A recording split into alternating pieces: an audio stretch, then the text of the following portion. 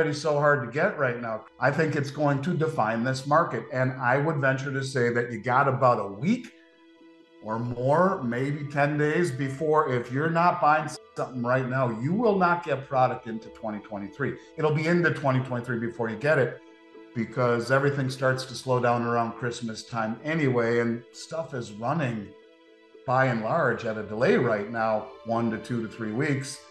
It's getting tough, it's getting tight, and I don't see it getting better, honest to God.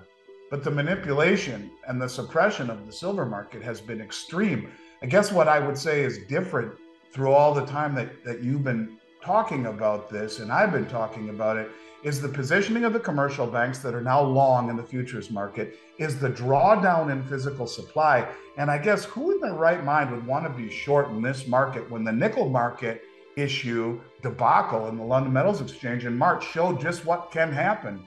And the concentrated short position in silver is many times what it was in nickel. It would be a epic disaster. So maybe, just maybe, the commercial banks have set a trap for the managed money who continue to go short. And maybe as prices rise, they won't come in and short the price. And price will become more a reflection of supply and of demand. Because right now, there's a disconnection there. And demand is well outpaced the supply. And you wouldn't know it by the price. And that's what's masquerading really what the true reality of what this market's all about right now. I've been, for the last 2 years, I have been loading up on bars. I buy 10-ounce kilo and 100-ounce, and I'd go out on my line of credit and buy all I could buy from all of the major refineries all around the world. And to me, they've been a much better value. You're still able to get COMEX bars, ironically. And so we can get the 1,000-ounce bars off of COMEX. Don't know how much longer we'll be able to do that. We also have a relationship with a large distributor in Canada, and some of these bars come off the large banks in Canada. So we have a supply. We've been getting in kilo, 10-ounce, and 100-ounce bars. And yes, we have coins, the Britannias, some Maple Leafs, some Eagles. But I mean, you're talking 750, 775 just for the Britannias, higher on the Maples, and I don't know, 16, 17, $18 on the Eagles. It's insanity. So there have been bars, and you can get it. We have junk silver at 1175. Do you see what I'm getting at? It's like all of a sudden these premiums are getting out of control. And is it getting out of control, or is it just the market's way of saying that the price that is quoted on COMEX is just flat out wrong? And I'll tell you, if price were a determinant of demand, as it should be in a fairly traded market, silver would be $100 an ounce or higher. Wealthy people, before Roosevelt confiscated gold, sent all their gold across the Atlantic in steamships to safe deposit boxes of Europe. They were cued in and clued in on hey, this is coming, better get your stuff out of the country. Well, I think that's what you're seeing right now. The biggest money in the world, or the industrials, or the hedge funds, or the family offices, or the sovereign wealth funds, they're drawing down supplies well before that moment happens. And you can see, I mean, it was at 120 million ounces or so at Silver Squeeze. We're down to 34 million. We saw 37 million delivered to India in the month of August alone. We've seen the London Metals Exchange deliver like 45 million ounces in the month of September. And that's 8 million ounces, almost 10 million ounces, even more than that. 11 million ounces more than the price setting mechanism of the world has in the registered category. And if you take, I didn't see what it said, but last week, if you took the registered and the eligible and put it together, there was 218% more paper than all the silver inside the COMEX. So, you know, you're talking, if you threw the eligible in there too, 1 out of every 2 would get paper settled, or 1 out of almost every 3. At the 1,800% paper to physical discrepancy, 1 out of 18 would get their silver, the rest would get cash settled. We're almost at that rate.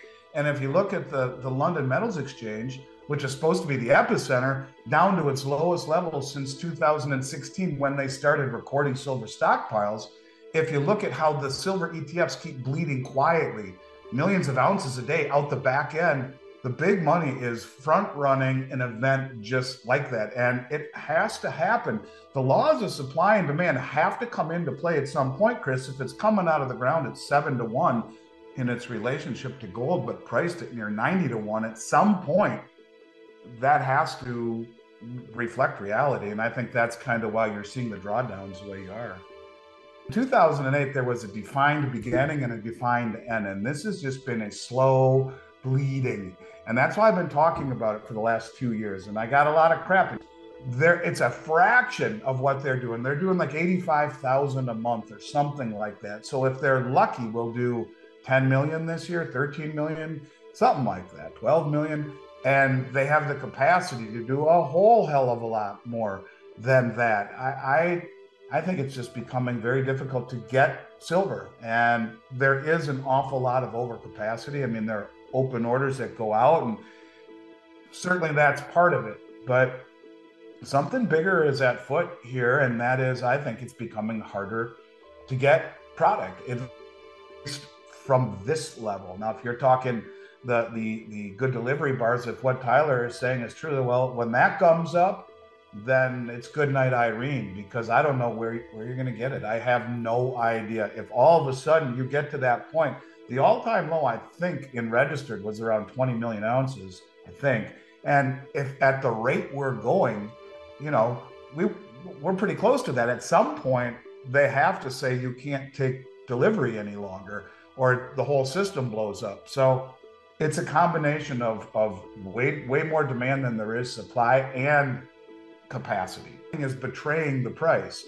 What is happening is what the biggest money in the world always does. They front run the problem, and they're using the rhetoric and the price to reposition before everyone figures it out. That's what's different this time. Before, it was hope springs eternal and green shoots forever in the US with the dollar.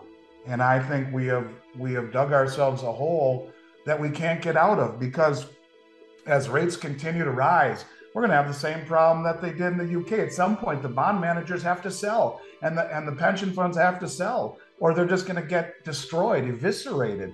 That's why you got Janet Yellen coming in saying that she wants to issue short-term treasuries to provide liquidity to the back end of the market. And she'll buy the 10 and the 30 year, which are loaded into these pensions that nobody wants, which are inverted in the yield curve right now. Anyway, we are at that part of the game where things are spinning out of control all over the world, and it's coming here too. And maybe that's why you're seeing these drawdowns before it happens.